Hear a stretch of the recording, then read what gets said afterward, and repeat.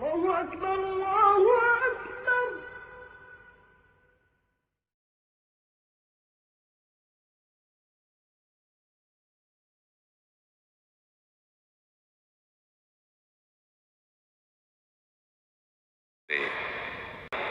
صحیح بخاری حدیث نمبر 111۔ جحیفہ کہتے ہیں کہ میں نے حضرت علی رضی اللہ عنہ سے پوچھا کہ کیا تمہارے پاس کوئی اور بھی کتاب ہے؟ انہوں نے فرمایا کہ نہیں مگر اللہ کی کتاب قرآن ہے، یا پھر فہم ہے جو وہ ایک مسلمان کو عطا کرتا ہے، یا پھر جو کچھ صحیفے میں ہے۔ میں نے پوچھا اس صحیفے میں کیا ہے؟ انہوں نے فرمایا دیت اور قیدیوں کی رہائی کا بیان ہے، اور یہ حکم کہ مسلمان کافر کے بدلے قتل نہ کیا جائے۔ صحیح بخاری حدیث نمبر 112۔ قبیلہ خزاعہ کے کسی شخص نے بنو لیس کے کسی آدمی کو اپنے مقتول کے بدلے میں مار دیا تھا۔ یہ فتح مکہ والے سال کی بات ہے۔ رسول اللہ صلی اللہ علیہ وسلم کو یہ خبر دی گئی۔ آپ نے اپنی اونٹنی پر سوار ہو کر خطبہ پڑھا اور فرمایا کہ اللہ نے مکے سے قتل یا ہاتھی کو روک لیا۔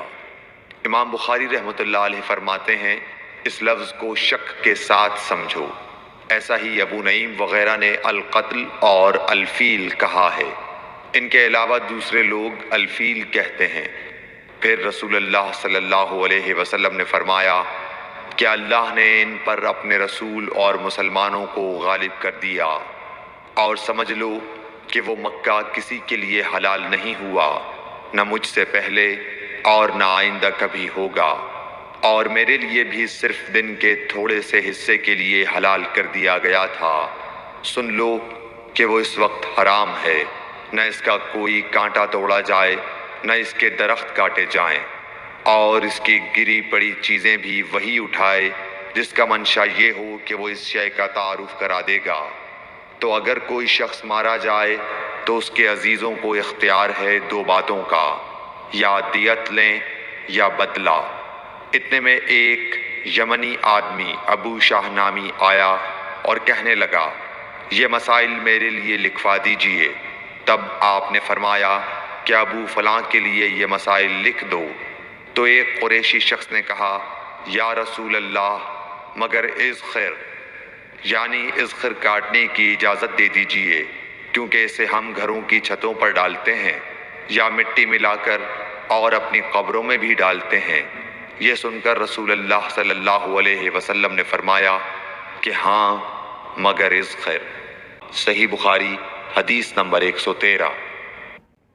وہب بن منبح کے بھائی کہتے ہیں کہ میں نے حضرت ابو ہریرہ رضی اللہ تعالی عنہ کو کہتے ہوئے سنا کہ رسول اللہ صلی اللہ علیہ وسلم کے صحابہ میں عبداللہ بن عمر رضی اللہ عنہ کے علاوہ مجھ سے زیادہ کوئی حدیث بیان کرنے والا نہیں تھا، مگر وہ لکھ لیا کرتے تھے اور میں لکھتا نہیں تھا۔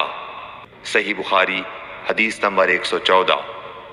جب نبی اکرم صلی اللہ علیہ وسلم کے مرض میں شدت ہو گئی تو آپ صلی اللہ علیہ وسلم نے فرمایا کہ میرے پاس سامان کتابت لاؤ تاکہ تمہارے لیے ایک تحریر لکھ دوں تاکہ بعد میں تم گمراہ نہ ہو سکو۔